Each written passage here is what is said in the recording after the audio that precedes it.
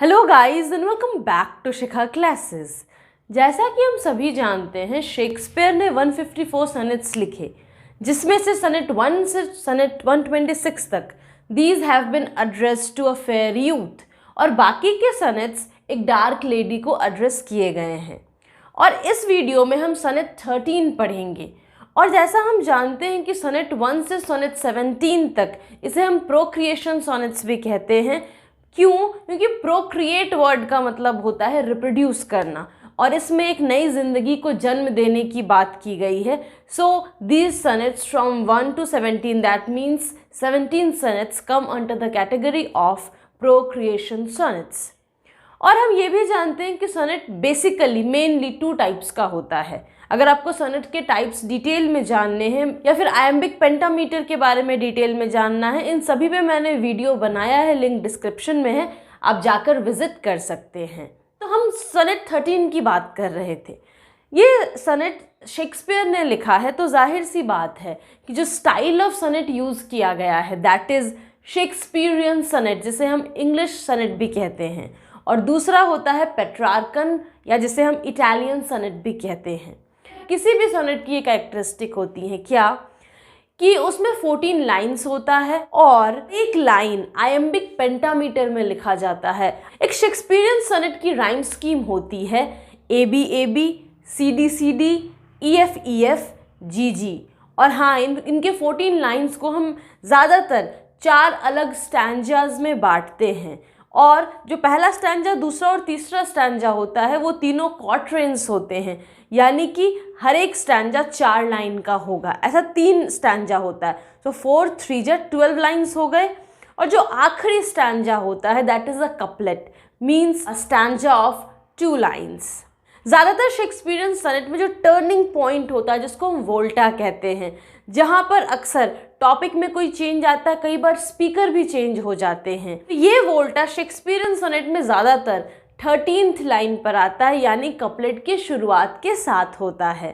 सनेट 13 को उसके first line से भी जाना जाता है। हम कह सकते हैं कि सनेट 13 का एक और नाम है O that you were yourself but love you are. Your first stanza is, oh, that you were yourself, but love, you are no longer yours, than you yourself here live। ये बहुत confusing सा line लग रहा है, but ये बहुत simple है। क्या कह रहे हैं? जो इस पोम के स्पीकर हैं, जो ज़्यादातर लोग मानते हैं कि खुद शेक्सपियर हैं, और ये स्पीकर किसको एड्रेस कर रहे हैं अपनी बातें, तो लोगों का ये मानना है that he is some fair youth. Shakespeare उस फेयर यूथ से कह रहे हैं, O that you were yourself, कि अगर सिर्फ तुम ही होते, तुम खुद होते, मतलब तुम्हारी आइडेंटिटी सिर्फ तुमसे होती, तुम्हारे कोई एंसेस्टर्स नहीं होते या फिर तुम्हारे कोई सक्सेसर्स नहीं होते, ऐसा ही अगर इस दुनिया में होता तो फिर कोई बात नहीं थी। या हम इस तरह से भी इस लाइन को ले सकते हैं कि अगर हम सिर्फ खुद में ही होते, हमारे साथ जो कुछ भी हो रहा है वो हमारे ऊपर सिर्फ डिपेंड करता, तो बात अलग थी। पर एक्चुअली में ऐसा होता नहीं है। हमारा जो लाइफ है वो हमें हम रहने नहीं देता। आज जैसे हम हैं वैसे हम जिंदगी भर रहेंगे, ऐसा नहीं होता है। समय के साथ हम बूढ़े होते हैं और फिर समय के साथ हम मर जाते हैं। सो टाइम और एज, इन 2 चीज़ों से दुनिया में कोई नहीं लड़ सकता। और इसीलिए शेक्सपियर उस फेयर यूथ को सलाह दे रहे हैं, हमारी आइडेंटिटी चेंज नहीं होती कभी, तुम्हारा सिचुएशन कभी चेंज नहीं होता, तो बात अलग थी। तो इस लाइन को हम एक और सेंस से समझ सकते हैं। इसका एक और इंटरप्रिटेशन हो सकता है कि शेक्सपियर फेयर यूथ को कह रहे हैं कि तुम अगर सिर्फ एक सोल होते, सिर्फ तुम जो एक रियल पर्सन हो, जो हमारी आत्मा है, अगर सिर्फ तुम वो होते तो फिर ठीक था। क्योंकि समय के साथ आत्मा में कोई चेंजेस नहीं आते, और ऐसा माना जाता है कि आत्मा मरती भी नहीं है। तो इसलिए अगर वैसा होता तो बात ही अलग थी। बट लेकिन love, you are no longer yours. तो लव कह के किसे एड्रेस किया जा रहा है? वो फेयर यूथ को। But you are no longer yours, लेकिन सिर्फ तुम ही एक आइडेंटिटी हो, ऐसा नहीं है। You are not everything. Against this coming and you should prepare. जो हर इंसान का एक इनएविटेबल एंड होता है, एक अनअवॉइडेबल अंत होता है, दैट इज़ डेथ। उससे कोई नहीं बच सकता है और तुम भी नहीं बचोगे। और इसीलिए तुम्हें प्रिपेयर करना पड़ेगा उस वक्त के लिए जो एक अंत है।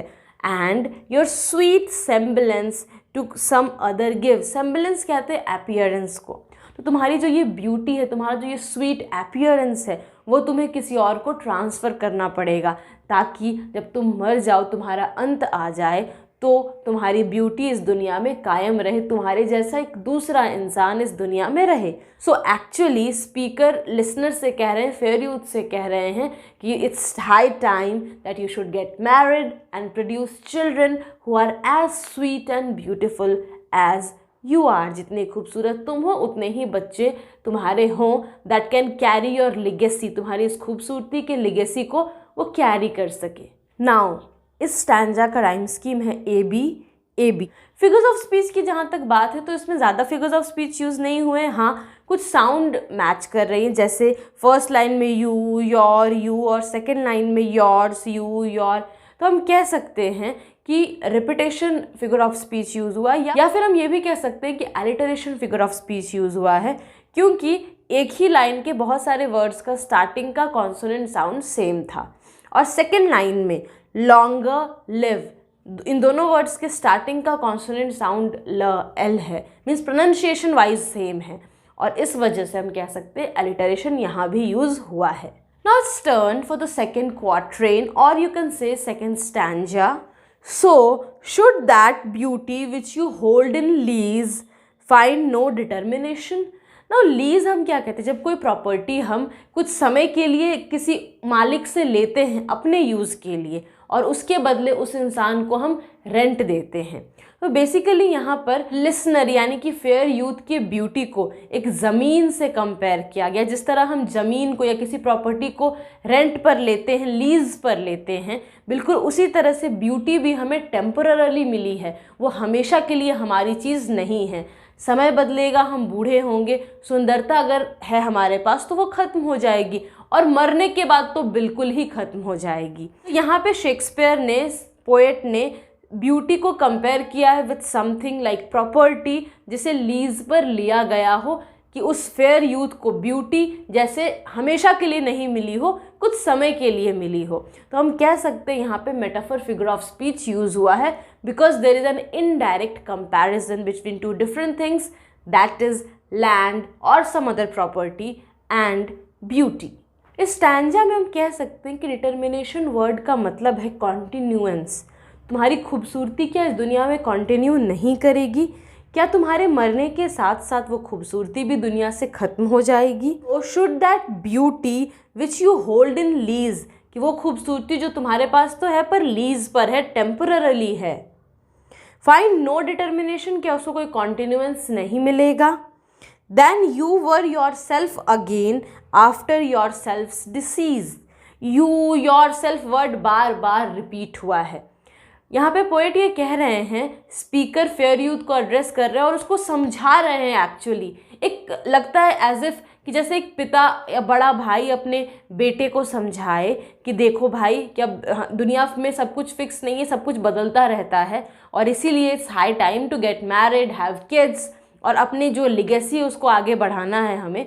तो उसी तरह से बिल्कुल शेक्सपियर उस फेयर यूथ को समझा रहे हैं कि भाई अब समय हो गया है, अब तुम शादी कर लो, क्योंकि तुम्हारी खूबसूरती नहीं बरकरार रहने वाली है, तुम भी जिंदा हमेशा के लिए नहीं रहने वाले हो। अपने मरने से पहले अपने जैसा एक और प्रोजनी, एक और बच्चा तैयार करके जाओ, और तुम्हारे इस योर सेल्फ वाली आइडेंटिटी को कौन कैरी फॉरवर्ड करेगा?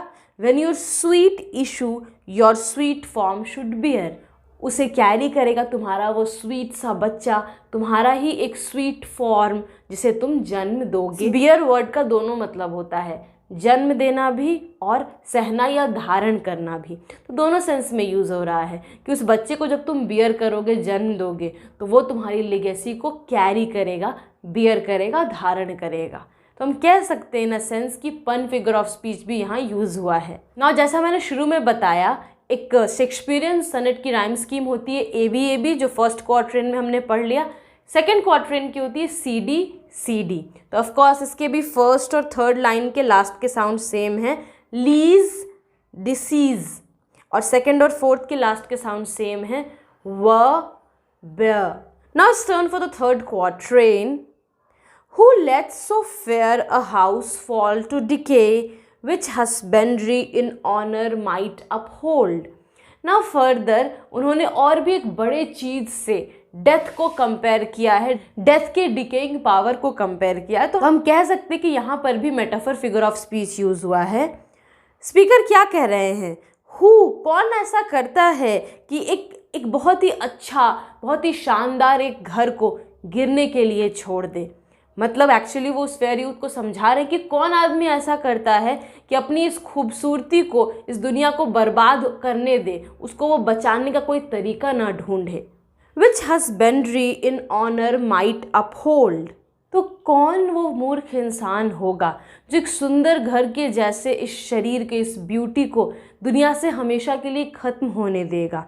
जिसकी हस्बेंड्री, जिसका पालन पोषण, मतलब वो चूँकि घर को डील कर रहे हैं इसलिए घर के बारे में बोल रहे हैं, कि जिस घर को नर्चर किया जा सकता है, जिसका टेक केयर किया जा सकता है, जिसकी हस्बेंड्री हो सकती है, वैसे घर को कौन मूर्ख आदमी गिरने देगा।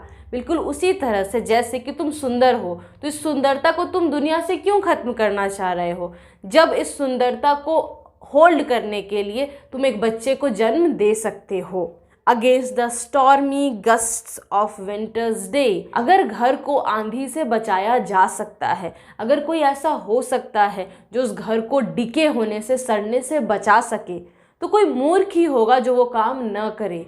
बिल्कुल उसी तरह से अगर इस सुंदरता को कैद किया जा सकता है, अगर इस सुंदरता को प्रिवेंट किया जा सकता है एक बच्चे को जन्म दे करके, तो तुम ऐसा करने से क्यों पीछे हट रहे हो। गस्ट वर्ड का मतलब होता है a sudden strong wind.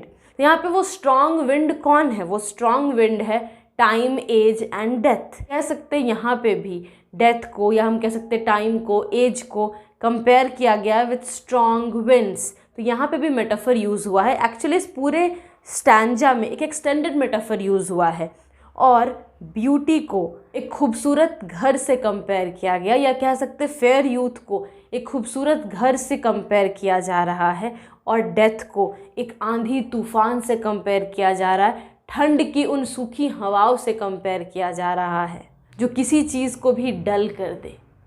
And barren rage of death's eternal cold. तो एक्चुअली ये पूरा स्टैंजा एक क्वेश्चन है। शुरू ही हुआ था who let's so fair a house, इसलिए लास्ट में आप देखिए क्वेश्चन मार्क है। दैट मीन्स कि पूरा स्टैंजा एक ही सेंटेंस में है और वही सेंटेंस 4 लाइन में रन किया है। तो हम कह सकते हैं यहाँ पे इंजैममेंट या run on line figure of speech use हुआ है।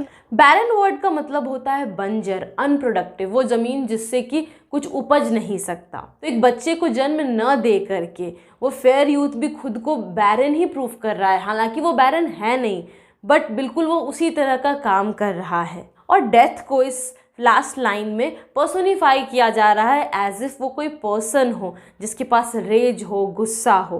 तो बेसिकली स्पीकर इन लाइन से ये कह रहे हैं जो इटर्नल है, जो हमेशा था, है और रहेगा, उसकी ठंडक से यहाँ पर मतलब है उसकी डिकेइंग पावर से अगर तुम खुद की खूबसूरती को बचा सकते हो। इन शॉर्ट वो फेयर यूथ तो अपनी खूबसूरती को नहीं बचा सकता, पर उस चीज़ को वो अपने बच्चे में पास ऑन करके उसे प्रिवेंट ज़रूर कर सकता है। तो अगर जब तुम्हारे पास ये क्षमता है, अगर किसी के पास ये क्षमता है, तो कौन होगा जो उस कैपेबिलिटी को, उस कैपेसिटी को यूज़ नहीं करेगा और अपनी खूबसूरती को, अपने मकान को बर्बाद होने देगा, गिरने देगा, रुइंस में बदलने देगा। अगेन इस क्वार्ट्रेन की राइम स्कीम होगी EF EF। ना थर्ड क्वार्ट्रेन में जो सवाल था उसका जवाब इस कपलेट में है। ओ नन बट अनथ्रिफ्ट्स। अनथ्रिफ्ट्स उनको कहते हैं जो कि वेस्टफुल होते, जो अपने पैसे को ठीक से यूज़ नहीं करते, यूं ही बर्बाद कर देते हैं। तो अपने इस प्रॉपर्टी को, अपने घर को कौन गिरने देगा? जो वेस्टफुल है, जो हर चीज़ को बर्बाद कर दे, जो सोच समझ के काम न करे। तो उसी तरह से तुम्हारे पास भी एक धरोहर, एक लेगेसी है, एक संपत्ति है खूबसूरती की। तो तुम एक अनथ्रिफ्ट के जैसे होगे, एक वेस्टफुल पर्सन होगे अगर तुम उसको संभाल के न रख सके। डियर माई लव, इतने प्यार से डियर या माई लव किसे एड्रेस किया जा रहा है? तो of course it's being address to the fair youth. You know, तुम जानते हो, you had a father, let your son say so. तुम जानते हो कि तुम्हारे भी एक पिता थे, तुम ऐसा कहते हो कि तुम्हारे एक पिता थे या हैं, तो ऐसा तुम अपने बेटे को भी कहने का मौका दो। तो मतलब वो बेसिकली कह रहे हैं कि एक बेटे को जन्म दो जो तुम्हारी लिगेसी को कैरी फॉरवर्ड करे। सो इन लाइंस के थ्रू शेक्सपियर बेसिकली कहना चाह रहे हैं कि ये एक परंपरा होती है, एक आदमी होता है, फिर उसका बच्चा होता है, फिर उसका बच्चा होता है, एक लिगेसी बनती चली जाती है। और जो क्वालिटीज़, जो अच्छे गुण, अच्छी चीज़ें, खूबसूरती एक इंसान में होती है, वो भले ही वो इंसान मर जाए पर वो सारी चीज़ें उसके बच्चे में प्रिजर्व होकर कहीं ना कहीं रहती हैं। ना इस सनेट में, इस पोएम में 2 बार टर्निंग पॉइंट्स आया है, एक थर्ड क्वार्ट्रेन के स्टार्टिंग में और फिर एक कपलेट के स्टार्टिंग में। इस सनेट के मेनली 3 थीम्स हैं। एक जो मैंने पहले ही बोला, procreation means the importance of reproduction. Second, death, inevitability of death, कि डेथ को हम अवॉइड नहीं कर सकते, it's unavoidable. And of course इसी से रिलेटेड है डिके, टाइम एंड एज के थीम्स। सो गाइज, होप आपको ये पूरा सनेट अच्छे से समझ में आ गया हो। तो समझने के बाद अगर आप मुझे फाइनेंशियली भी सपोर्ट करना चाहते हैं तो मेरे UPI ID नीचे डिस्क्रिप्शन में दिया है, आप जाकर उसमें अपना डिज़ायर्ड अमाउंट सेंड कर सकते हैं। And if you have any doubts feel free to mention it in the comment box below. और हाँ, मैंने इंस्टाग्राम पे नया अकाउंट बनाया है तो आप मुझे वहाँ पे भी फॉलो कर सकते हैं। Next video with a new topic. Till then keep smiling, have wonderful days, and of course if you like the video hit the like button, share this video with your friends. और अगर आपने subscribe नहीं किया तो subscribe कीजिए और बगल के बेल आइकन को प्रेस कीजिए ताकि जैसे ही मैं नया वीडियो डालूँ आपको नोटिफिकेशन मिल जाए। Thank you.